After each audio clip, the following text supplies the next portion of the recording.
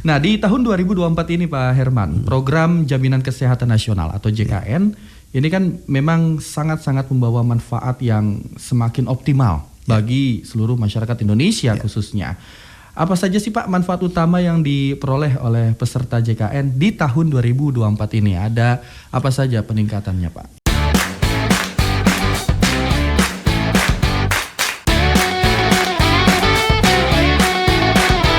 91 Podcast. 91 FM Tangerang Radio, satu suara untuk kearifan lokal. Terima kasih Anda masih mendengarkan Tangerang Radio di pagi hari ini. Handetolan sambil menikmati perjalanan Anda dan mendengarkan Tangerang Radio.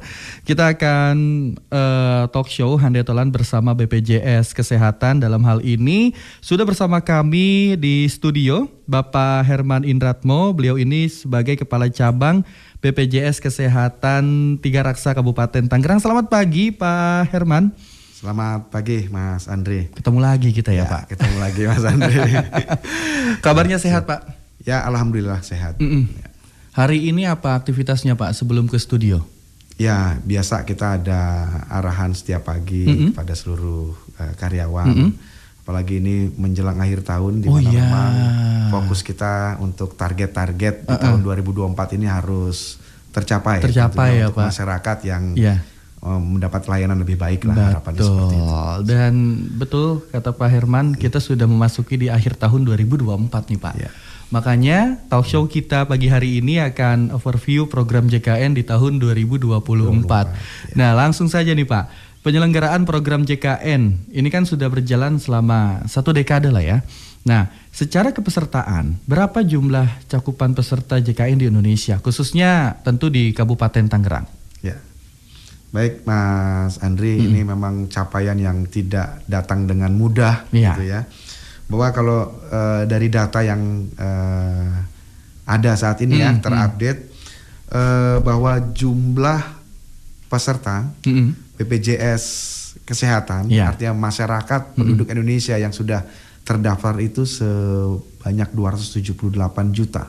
Seluruh Indonesia? Seluruh Indonesia, artinya 98% masyarakat Indonesia sudah tercover, sudah mendaftar menjadi peserta JKN. Ini tidak mudah, namun capaian yang luar biasa sampai dengan 2024 ini. Nah, lalu bagaimana dengan kabupaten Pak? Kabupaten Tangerang. Dengan Kabupaten Tangerang ini lebih hebat lagi sebenarnya dibanding dengan kalau kita bicara secara nasional. Di Kabupaten Tangerang ini pemerintah daerah tentunya sangat mendukung lah ya program JKN ini dan sangat peduli buat masyarakatnya, sehingga capaian kita bisa dibilang 99,99%. Artinya sisa yang belum terdaftar itu adalah bayi baru lahir yang belum didaftarkan, dan tentunya ada pergerakan penduduk yang memang masuk maupun keluar, yang mohon maaf sekali lagi masyarakat belum patuh terkait dengan melapor ke Disdukcapil.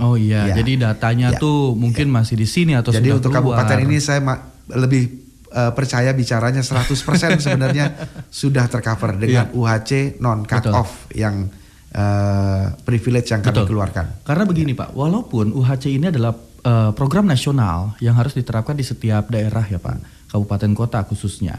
Tapi itu kan tergantung dari kepala daerah dan juga BPJS di daerah tersebut untuk bersama-sama berkontribusi mengcover seluruh masyarakat. Mungkin seperti itu ya Pak Herman. Betul. Karena program ini tidak mungkin berjalan sendiri-sendiri.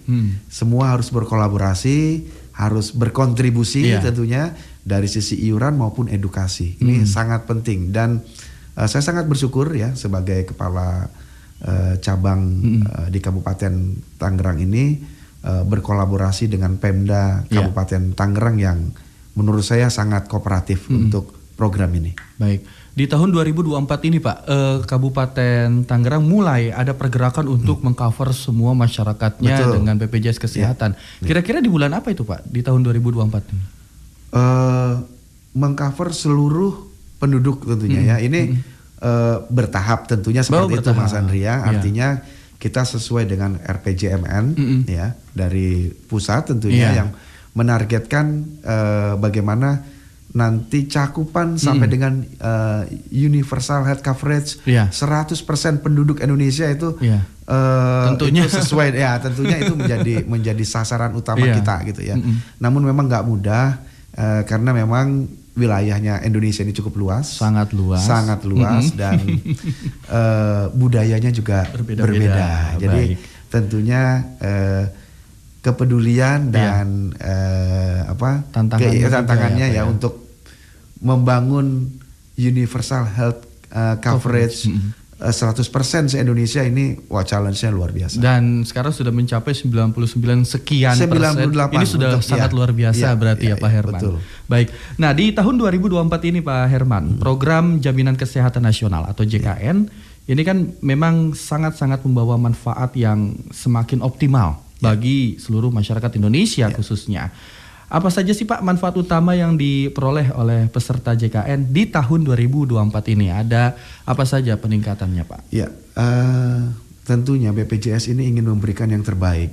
Namun BPJS juga punya keterbatasan terkait dengan dana yang harus dikelola. Jadi ada program yang utama juga yang kita keluarkan, yaitu program promotif dan preventif. Artinya penanganan penyakit ini di awal itu biayanya jauh lebih murah. Oh gitu. Ya, jadi kita dimulai dengan kita menguatkan screening. Jadi seluruh masyarakat, seluruh peserta kita minta untuk melakukan screening terkait dengan perilaku dirinya. Jadi mulai dari yang sangat sederhana, Mas Andri, melalui survei, model survei gitu ya, bagaimana perilaku hidup kita dan nanti bisa terlihat Mas Andri bahwa ternyata hasilnya kita ini ada potensi apa nih? Oh ternyata ada hipertensi atau diabetes gitu ya. Maka kita ada lanjutan screening. Nah, lanjutan screening ini melalui penapisan kita akan cek darah dan laboratorium dan lainnya. Ini kita ingin melihat mendeteksi secara dini sebelum kasus penyakit yang katastrofik dengan biaya tinggi ini muncul. Betul Pak. Jadi sekali lagi kita mulai dari promotif preventif yang memang benar bagaimana pola hidup sehat itu perlu menjadi budaya harian rutinitas berperilaku hidup sehat. Kalau kata dan sadar diri terkait dengan penyakit untuk segera menindaklanjuti. Kalau kata anak sekarang sih kalau FOMO-nya buat kesehatan sih nggak masalah gitu. Jadi kebiasaan baik. Nah ini cukup memang sangat luar biasa sih Pak yang mengenai promotif dan preventif. Jadi betul kata Bapak, kita harus mengurangi tindakan-tindakan yang memakan banyak biaya dengan cara promotif dan preventif. Kita screening dulu yang berpotensi nantinya menjadi penyakit yang mungkin menggunakan biaya yang cukup besar ditanggulangi terlebih dahulu agar tidak. Karena penanggulangan di awal jauh biayanya lebih rendah dibanding dengan kalau sudah dalam kondisi yang sudah parah gitu ya, tentunya penanganannya jadi lebih mahal dan juga tentu ada tindakan-tindakan yang mungkin masyarakat sulit untuk bisa menerapkannya di kondisi-kondisi tersebut ya. Dan ada lagi Pak untuk Kabupaten Tangerang sendiri? Ya, ini di sesi terakhir mungkin ya Mas Andri ya, saya selalu ingin berpesan ya, walaupun nanti ada closing statement ya, tapi saya ingin yang terpenting adalah gambaran ya terkait dengan bagaimana pola hidup, bagaimana apa yang sudah kita berikan ke masyarakat ini juga tersampaikan. Jadi saya ingin sampaikan ya, ini saya simulasikan, saya sedikit pegang data ini Mas Andri terkait dengan jumlah kasus hemodialisa, cuci darah. Betul. Ya, ini menjadi fokus kita karena ini life saving. Benar-benar kalau dia tidak cuci darah, ya selesailah usianya seperti itu. Dan kasusnya meningkat. Jadi cuci darah ini diakibatkan karena gagal ginjal ya, fungsi ginjal yang tidak bekerja secara baik. Jadi saya ingin sampaikan gambaran ini Mas Andri, bahwa di Kabupaten Tangerang saja dalam 1 tahun kasus pasien yang perlu cuci darah itu sekitar lebih dari 100 orang. Wow. Ya. Nah, saya kasih gambaran. Kalau sudah parah sampai dengan harus cuci darah, maka kami di BPJS harus menyediakan pembiayaan. Satu orang dalam 1 tahun itu sekitar 150 juta. Wow. Jadi kalau 100 juta, saya harus menyiapkan sekitar 15 miliar dalam rupiah. 1 tahun. Iya. Dan ini yang perlu kami ingin sampaikan, bukan kami lalu tidak mau membiayai, tentunya seperti itu. Tapi pasien dengan penyakit yang lainnya juga cukup banyak. Dan sebenarnya hemodialisa ini atau cuci darah atau gagal ginjal yang biasa terjadi, ini sebenarnya lebih banyak daripada timbul akibat perilaku hidup. Perilaku hidup seperti konsumsi minuman atau makanan yang benar sekali dengan fungsi ginjal, mungkin begitu ya Pak Herman. Jadi ginjal ini juga tidak berfungsi ini atau gagal, biasanya diakibatkan karena hipertensi dan diabetes dan tekanan darah tinggi. Iya, betul. Jadi hal-hal itu yang sebenarnya bisa dikelola dengan baik. Dengan gaya hidup. Ya, gaya hidup. Sekarang ini banyak masyarakat yang karena memang juga pabrik obat yang sudah sangat meluas di mana-mana, kita mau cari obat apa aja di luar itu mudah. Ada. Iya, ada. Dan masyarakat yang edukasinya semakin tinggi tapi terlalu percaya diri untuk mengobati dirinya sendiri, sehingga Pak, setuju berobat tanpa resep dokter, resep dokter dan bermodalkan lainnya. browsing. Betul. Karena gini informasi. Setiap orang itu punya kondisi yang berbeda. Andri yakin itu Pak. Betul. Tidak semua orang dengan konsumsi obat yang sama bisa sembuh seperti orang lain. Setuju, ini kayaknya jadi dokter Andri kayaknya. Luar biasa. Memang itu benar Pak. Sekali. Karena begini Mas Andri, tubuh kita ini sangat unik ya. Setiap diri kita ini masterpiece lah ya, berbeda dari yang lainnya gitu. Jadi kalau ada orang yang kebetulan sembuh dengan satu obat ini, lalu bukan berarti bisa berlaku untuk seluruh. Karena respon tubuh bisa berbeda. Ada alergi, ada yang bisa berdampak luar biasa. Iya, ada juga yang kebetulan cocok, ada juga gitu ya. Tapi sekali lagi percayalah kepada ahlinya. Ada dokter yang akan melihat kondisi kita cocoknya seperti apa. Obat luar biasa beredar, namun yang cocok dengan tubuh kita tentunya berdasarkan analisa dari pemeriksaan dari dokter. Jadi itu mungkin pesan yang ingin disampaikan. Betul, Mas. Cuci darah bukan hanya konsumsi makan atau minuman yang kurang bagus untuk tubuh, tapi konsumsi obat-obatan sembarang ini juga sangat-sangat bisa membuat fungsi ginjal kita bermasalah. Sedikit saya tambah catatan, Mas Andri. Kami mengevaluasi dan kami juga mencari data ke rumah sakit terkait dengan peningkatan kasus ini. Lebih banyak dari obat-obat penurun berat badan. Oh iya? Ya, jadi ini saya titip sekali lagi, ini informasi dari dokter yang memang menangani langsung, bahwa hati-hati terkait dengan obat-obat yang walaupun disebutkan itu obat-obat herbal dan lainnya, harus hati-hati. Sekali lagi, apalagi obat-obat untuk pengurus atau menurunkan berat badan ini sangat laku di pasaran. Ternyata itu. Ya, itu juga yang menjadi dampak tertingginya ya Pak. Yang cukup tinggi mengakibatkan terkait dengan gagal ginjal atau ginjal kita tidak berfungsi secara baik. Mungkin kemakan iklan sama yang ada di medsos ya Pak. Ya, karena benar. Andri juga suka lihat tuh kalau di kolom komentar, ingin berat badan Anda turun drastis, silakan konsumsi obat ini, bla bla bla, seperti itu ya Pak. Sebenarnya bisa dilakukan dengan perilaku.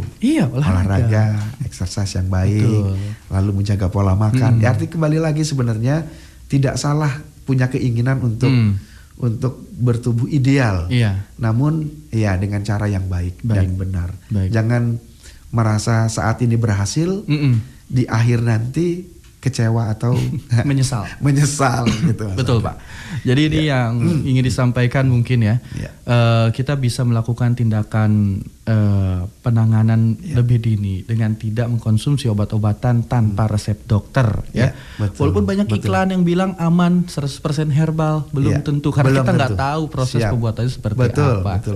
Baik seperti itu. Sekarang juga Andri sering banyak lihat berita, apalagi mungkin usia-usia yang terkena penyakit tersebut juga dihitung mungkin usia produktif. Iya, betul Mas Andri. Sekarang Kalau dulu tadi saya sampaikan lagi kenapa perilaku ini menjadi perhatian kami. Kalau dulu kasus-kasus seperti hemodialisa, gagal ginjal yang lainnya tuh ada usia-usia yang memang usia-usia senja.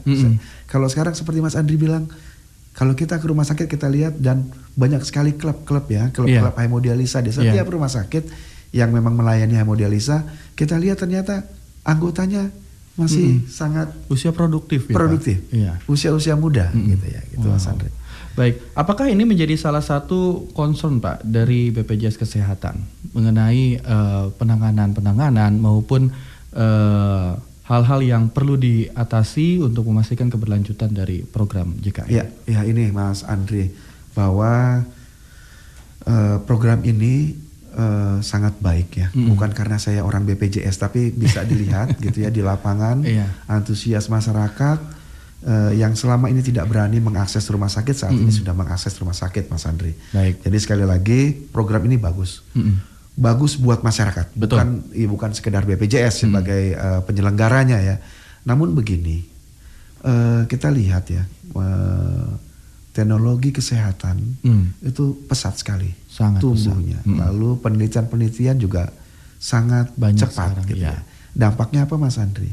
Dampaknya biaya pelayanan kesehatan untuk teknologi baru yang dikembangkan itu biayanya tinggi sekali. Semakin tinggi ya Pak. Bukan kita mau menahan teknologi, tidak. Tapi sekali lagi biaya pelayanan kesehatan itu meningkatnya jauh dari inflasi pada umumnya. Nah, lalu bagaimana untuk mencegahnya? Tentunya dari BPJS ingin masyarakatnya atau masyarakat Indonesia atau pesertanya itu sehat. Tentunya.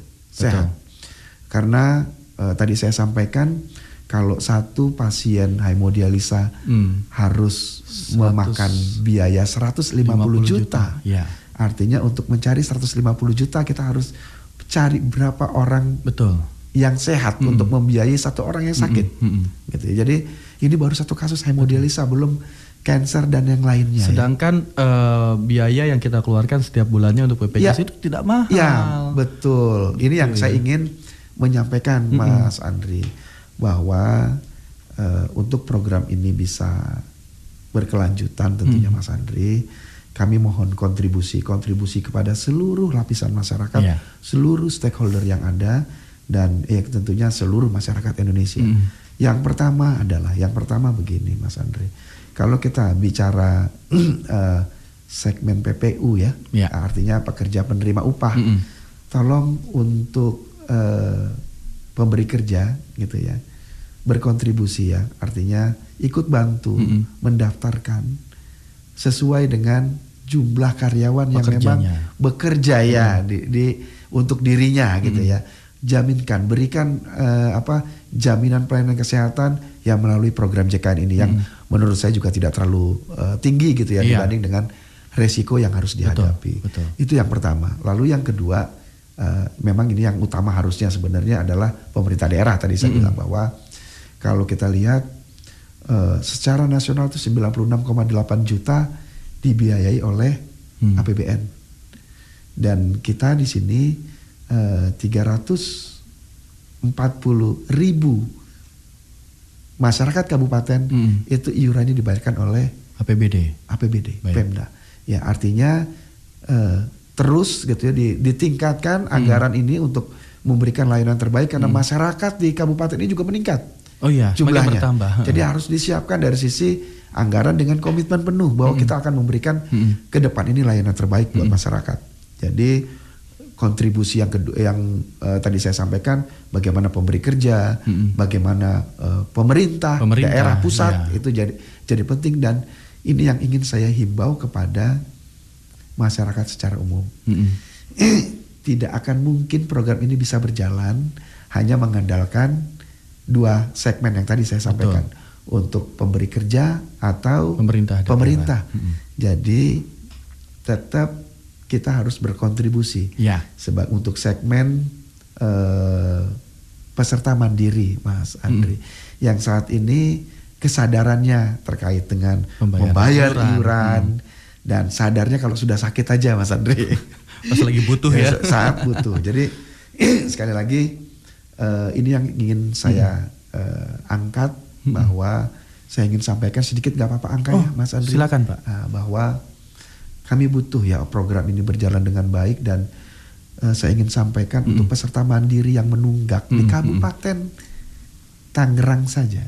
Berapa Pak? Itu 370 miliar. 370 miliar rupiah. Ya. Total Artinya, penunggakan dari peserta mandiri. Mandiri PBPU, ya, peserta mandiri. Jadi sekali lagi program ini tentunya akan tetap bisa bertahan apabila semuanya berkontribusi, termasuk peserta mandiri yang saat ini menunggak. Jadi sekali lagi saya ingin sampaikan, uang Anda tidak akan digunakan oleh BPJS untuk gaji kami, tidak. Betul. Untuk masyarakat yang membutuhkan. Adalah karena kami nirlaba, kami akan sepenuhnya gunakan untuk teman-teman saudara-saudara kita yang saat ini membutuhkan. Setuju. Dan kita juga tidak pernah tahu kapan kita membutuhkan itu, karena kita tidak selalu sehat. Nggak ada yang tahu ya Pak. Kita nggak ada yang tahu. Nggak bisa meyakinkan bahwa kita selalu akan sehat di 10 tahun ke depan dan 20 tahun ke depan, sekali lagi. Makanya ini yang sering menjadi kejadian di setiap rumah sakit Pak. Pada saat sedang membutuhkan program jaminan kesehatan, ternyata dia tidak membayar iuran. Karena memang mungkin situasinya sedang kalang kabut ya, karena emergensi. Akhirnya terjadi percikan-percikan emosi yang katanya A, B, C. Terjadi keluhan dan berita-berita yang tidak baik. Padahal kan kalau kita membayar secara rutin iuran yang ditunggakan ke kita, hal seperti itu kan tidak terjadi. Datang ke rumah sakit, diproses, langsung ditangani oleh pihak kesehatan. Betul Mas Andri. Kalau Andri sendiri gini Pak, punya prinsip.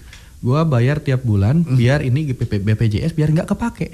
Iya, gitu Pak. Iya, betul. Ya siapa yang mau pakai BPJS tapi kita tetap harus bayar. Karena kan ini kalau matematika sakit ini, gitu ya, Pak. ini Mas Andri ini saya kasih hitungan matematika ya. Oke, ada hitung-hitungannya. Ya, kalau kita ini tidak mau bantu orang lain lah ya, terkait dengan tadi saya bilang iurannya dipakai untuk orang yang sakit saat ini. Iya. Kalau kembali kepada orang yang berpikir kepada dirinya sendiri. Dengan misalnya dia kelas 3 ya.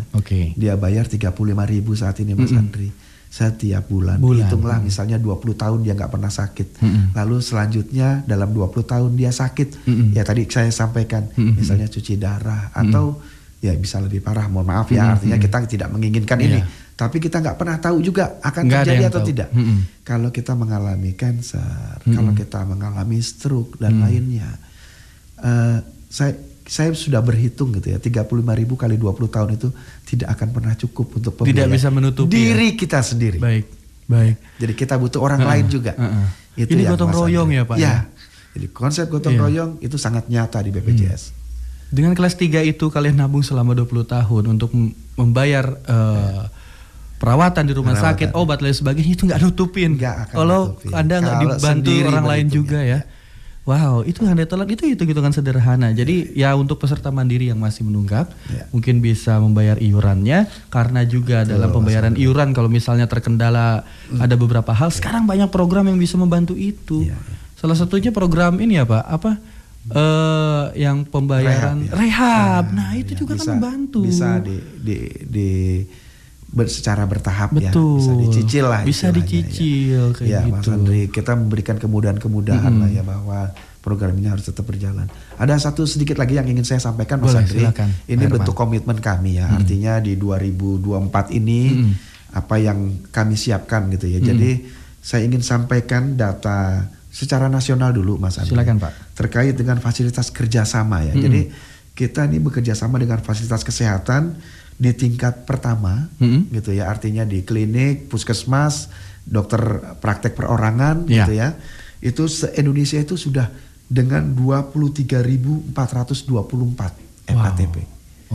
Lalu kita juga menyediakan kerjasama dengan rumah sakit yang memang tidak bisa ditangani di FKTP tadi ya, di rumah sakit, di klinik atau di puskesmas tadi, kita juga sudah menyiapkan. Bekerja sama juga kita dengan rumah sakit se-Indonesia ini sudah 3.153 rumah sakit FKRTL yang kita kerjasamakan. Baik. Jadi ini yang terus kami tingkatkan, bahwa masyarakat harus percaya BPJS selalu menyiapkan akses layanan yang terbaik. Yang terbaik ya Pak. Ya. Baik. Oke, lalu untuk di kabupaten, saya ingin sampaikan bahwa sampai dengan saat ini kita sudah bekerja sama di FKTP ini dengan fasilitas kesehatan tingkat pertama ini di 193 klinik dan puskesmas. Ada 44 puskesmas dan klinik gitu ya.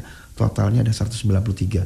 Dan saat ini kami sampaikan bahwa kami juga sudah melakukan credentialing kepada 4 FKTP yang memang akan siap juga kerjasama di waktu dekat ini.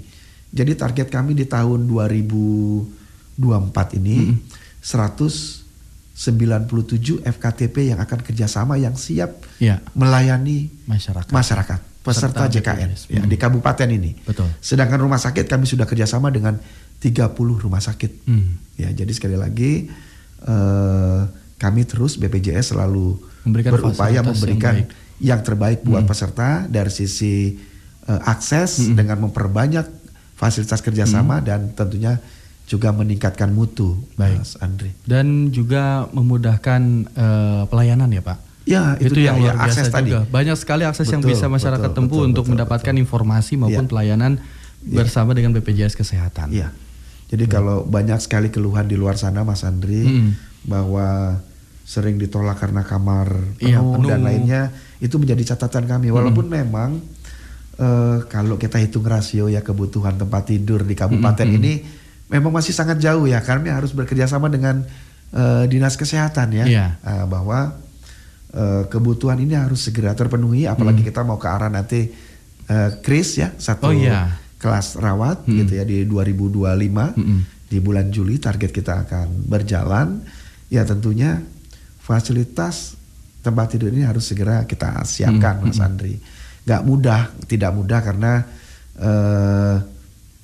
ya untuk menyediakan satu rumah sakit dengan 100 bed kelas standar ini dengan ada standar juga kriteria yang harus dipenuhi, Mas Andri. Sekarang ini mutu kita jaga.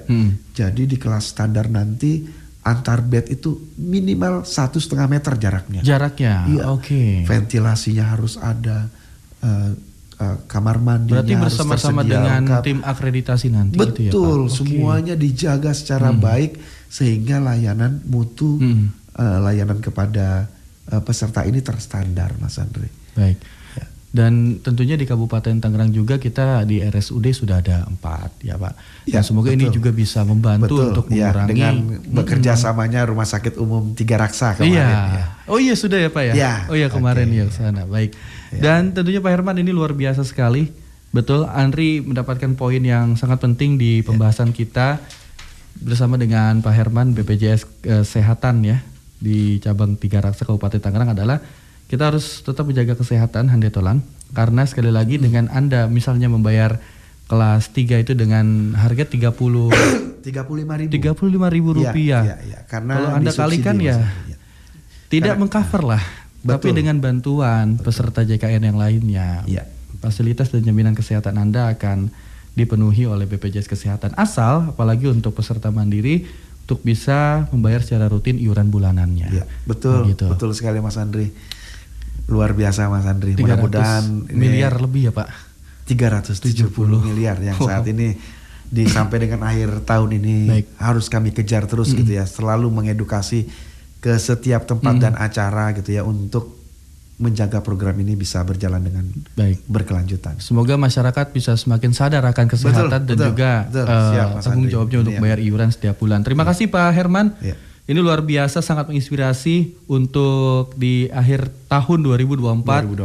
Overview program JKN di tahun ini dan untuk tahun kedepannya semoga khususnya ya Pak di Kabupaten Tangerang ini mungkin bisa 0 tagihan lah nanti tunggakan. 0 tunggakan. Harapannya seperti itu agar jaminan kesehatan masyarakat ini semakin terjamin di Kabupaten Tangerang bahkan hingga nasional. Sekali lagi terima kasih Pak Herman. Ya, makasih Mas Andri. Jangan lupa untuk bisa kembali berbincang-bincang bersama Tangerang Radio nantinya. Titip jaga kesehatan semua kita. Ya semoga ya apapun walaupun ada penjamin dan lainnya sakit itu tidak enak. Jadi dimulai dari saat sehat ini untuk menjaga terus vitalitas kita untuk menjadi terus sehat. Gitu ya. Mungkin itu Mas Andri yang bisa saya sampaikan. Untuk masyarakat Kabupaten Tangerang berperilaku hidup sehat lalu sadar terkait dengan resiko-risiko penyakit melalui screening gitu ya di awal sehingga tidak dalam posisi parah kita mengetahuinya. Mungkin itu sekali lagi Mas Andri. Terima kasih Mas Andri untuk bincang-bincang kita pagi ini. Terima kasih kembali Pak Herman. Kita akan berjumpa kembali di lain waktu. Selamat siang dan wassalamualaikum. Tangerang Radio 91 FM.